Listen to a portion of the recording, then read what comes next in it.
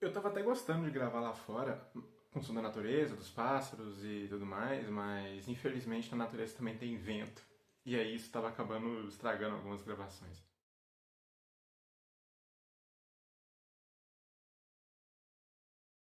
Então, eu vou lançar esse vídeo um pouco antes da outra sequência que eu já tinha gravado, porque ontem o Trump tirou, acho que 40% dos produtos dentro do tarifaço, né?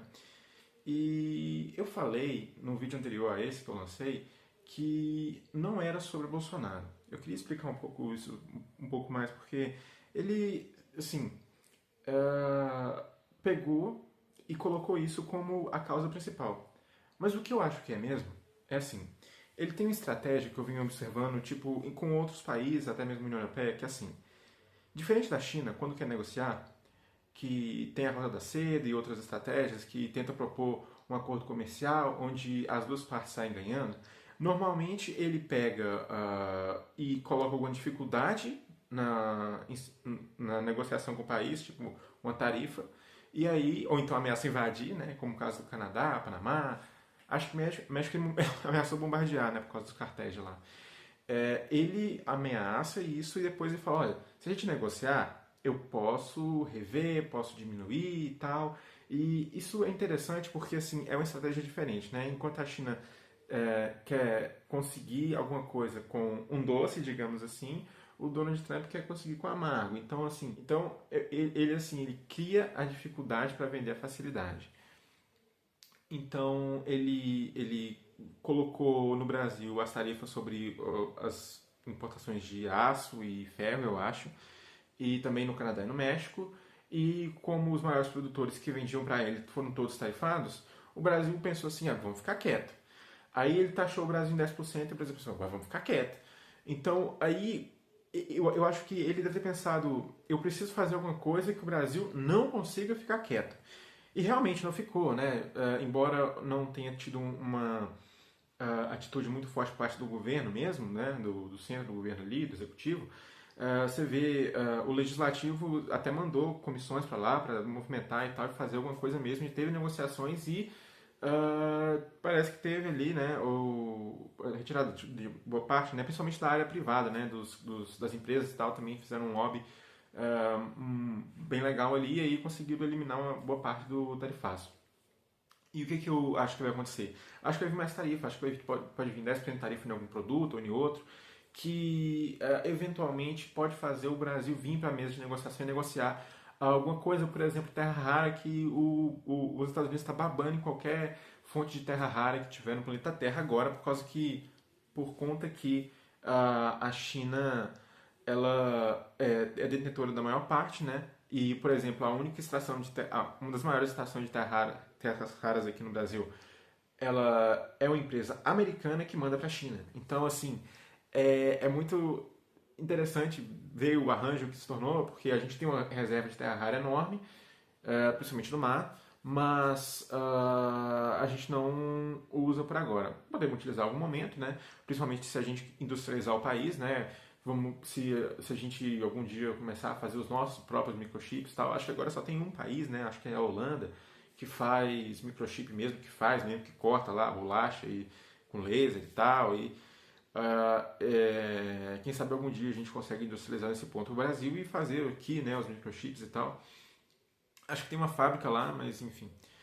Porque eu acho que a TSMC ela faz o projeto e manda para a Holanda, ela corta a bolacha, desenha as linhas lá, litografia e tal, e aí manda, né? Mas eu não sei exatamente como é que funciona. Enfim, acho que os Estados Unidos vão continuar impondo tarifas no Brasil para tentar adquirir negociações, né? Para trazer o Brasil para mesa de negociações, vai continuar fazendo tarifas. E, assim, como o Brasil era um dos poucos países que tinha superávit, né? Talvez ele tenha usado a política como uma desculpa para iniciar as tarifações, né? Enfim, as tributações, que, assim, não iriam surtir realmente um efeito econômico bom para os Estados Unidos, né? Nem para os americanos. Mas agora parece que teve esse revés, mas acho que vai continuar tendo outras tarifas por aí, porque Parece ser a estratégia dele, né? Ele, ele ataca primeiro para depois tentar negociar. Deu muito errado com a China, né? Porque a China ela tem um viés muito ideológico por trás, né? Porque ela é meio que a competidora, a nova competidora com os Estados Unidos. Embora já eu tenha visto gente falando que não existe multipolaridade no planeta, que é um sistema unipolar, que só os Estados Unidos que mandam e todo mundo obedece, e não sei o que, não sei o que lá. Mas, porém, contudo, todavia, a China está crescendo muito, né? Tem uma população maior que os Estados Unidos também. Tem um centro muito aquecido de revolução ali perto, porque tem a China de um lado, a Índia do outro, e tem uma guerra muito próxima também, então ali está fervendo com assim inovação, necessidade é a mãe da inovação, né? E eu acho que ali vai ter um grande desenvolvimento tecnológico ainda. A gente vê isso muito nas pequenas empresas chinesas que estão explodindo, né? Tipo assim, em inovação. Por exemplo, teve o caso do DeepSeek, acho que foi isso. Isso não. Bom, enfim, que conseguiram baratear muito ali, né? As inteligências artificiais ali, o processamento e tal. Foi muito interessante porque, assim, todo não é patenteado, parece, né? Parece que é acesso livre, né? Porque teve faculdades ali no meio também. Então, assim, foi muito bom, né? Mas isso revela que está tendo, na China principalmente, um centro muito aquecido de inovações que pode tirar a hegemonia dos Estados Unidos. Eu acho que, tipo assim, tem a junção perfeita de fatores que geram as inovações ali, sabe? E isso pode ocasionar em uma grande revolução até cultural. E é por isso que a China ela não está interessada em muito acordo com os Estados Unidos em questão de poder, porque ela está desafiando, sabe? Ela sabe que tem carta na manga e tal, e tem muita gordura ali para queimar, e aí ela pode realmente ser combativa. Então ela dobrou a aposta sempre, então foi aquela coisa até meio ridícula de aumenta a tarifa daqui, aumenta a tarifa dali, aumenta a tarifa daqui, aumenta a tarifa dali, mas agora, quando chegou no limite, né, recuaram lá, e aí, depois dessa cena maravilhosa, conseguiram entrar em um acordo, né? Então, com os outros países não foi assim, né? A União Europeia entrou com um acordo cara cu mesmo, e aí ela não dobrou a aposta em momento nenhum.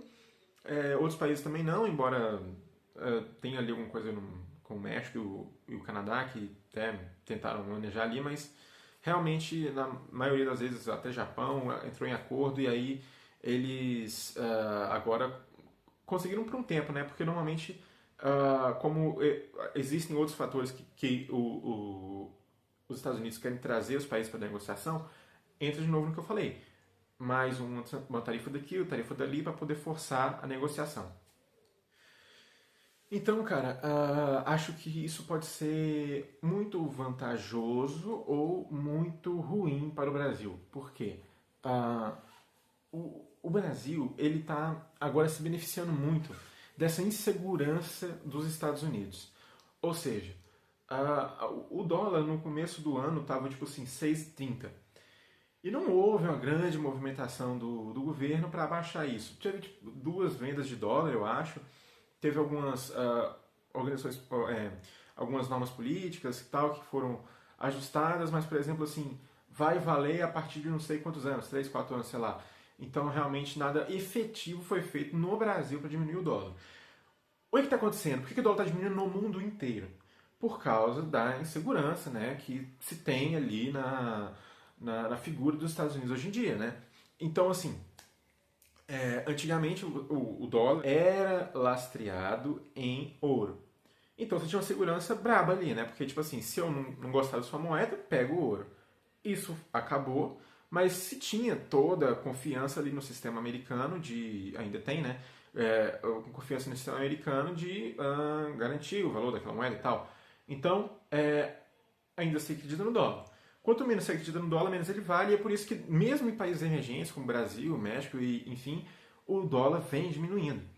Nesse sentido, eu acho que o Brasil pode se beneficiar muito disso, já vinha se beneficiando, né? Porque o dólar não está 6,30, mas podia se beneficiar muito disso. Por exemplo, tentando agora esses acordos aí, né? Diminuindo as tarifas por enquanto, e se desassociando dos americanos nesse momento de estabilidade para poder, ou se associando de maneira mais vantajosa, né? Enfim, para poder não lidar com as mazelas de se depender do mercado americano, que agora está em instabilidade, e abrindo mais possibilidades para outros países terem mais negócios com a gente. Acho que é um momento muito bom que o Brasil pode se beneficiar. Acho que a economia do Brasil pode conseguir o evento único, né, de outros países estarem com problemas financeiros e o Brasil está bem, por estar um pouco mais assim, independente do... Não é muito, né, o nosso segundo maior parceiro comercial, mas está um pouco mais independente do mercado americano, mais do que o Canadá, o México, por exemplo, a União Europeia, mas ainda conseguir crescer, né, mesmo nessa instabilidade mundial.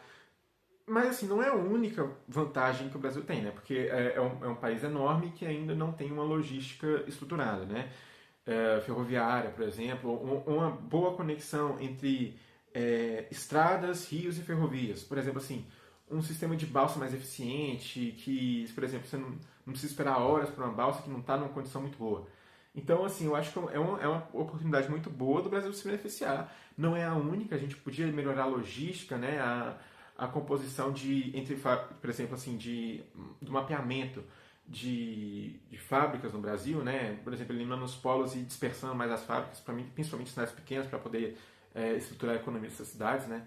E também diminuindo os polos populacionais do Brasil, porque quando você tem, por exemplo, assim, uma cidade enorme, tá? E aí tem um problema nessa cidade, seja crime, seja alagamento, seja, sei lá, uma seca muito severa, ou então, mais simples ainda, um engarrafamento, ok? Digamos que tem um engarrafamento na cidade enorme.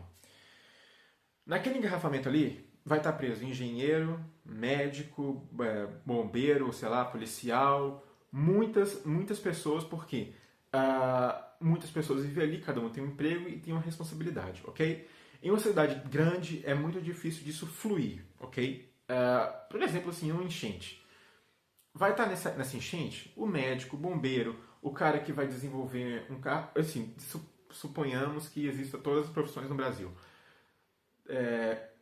Desde o cara que vai projetar um avião até o cara que vai ser o policial e tal, vai estar tudo preso ali. Se dispersando mais a população, ela se torna mais resiliente a problemas pontuais, ok? É isso que eu estou querendo dizer. Problemas pontuais afetam menos uma população mais dispersa, né? Isso deixa a população, o país em si, né, mais resiliente. Fábricas também é assim. Se você coloca a fábrica, todas as suas fábricas em um lugar só, qualquer problema pontual que aquele lugar tiver, uma falta de luz, enchente, sei lá, ou uma falta de água, ou uma seca, ou um calor muito intenso, vai afetar todas as suas fábricas de uma vez. Mas a nossa vantagem competitiva é que o país é enorme. É maior que os Estados Unidos continental, né? Se tirar o Alasca, aquelas ilhazinhas lá, o Brasil é maior que os Estados Unidos continental. Então, assim, você usar essa vantagem competitiva que você tem é algo que a gente normalmente não faz muito. A gente concentra em grandes metrópoles ali, aqui, né, no Sudeste, e um pouco no Nordeste e no Sul. Norte está muito vazio, né? E a gente perde essa vantagem competitiva. Você tem estado do país que é maior parte reserva. E a gente nem tem conexão com esse estado por estrada, né? É horrível. A estrutura no Brasil é horrível. Então, assim, se você conecta... É muito bom começar conectando os estados ao Brasil, né? É muito sacanagem deixar um estado do Brasil isolado. E desenvolver economicamente esse estado, colocando fábrica lá e tal, que para poder estruturar a economia do país, tornar ela mais resiliente, né? A população em si mais resiliente também, não aglomerando ela num lugar só para ir um apartamento de 1 metro quadrado valer 1 milhão de reais de aluguel, né? Isso é absurdo. Não, não é exatamente, eu estou exagerando, é um absurdo mesmo, mas não é, mas é quase isso porque você vê que esses polos grandes de populacionais, essas metrópoles, elas têm um custo de vida muito alto, né? E dispersar essa população ali, cara, é a solução, porque obviamente não obrigar, né? Mas estimular, tipo assim, vai para tal lugar que eu te garanto emprego e moradia, sabe? E isso é uma coisa que o Estado consegue fazer. Tem políticas e programas de construção de casa e moradia, e aí o Estado não conseguir arranjar com o setor privado para arrumar um emprego, sabe? Alguns empregos, né?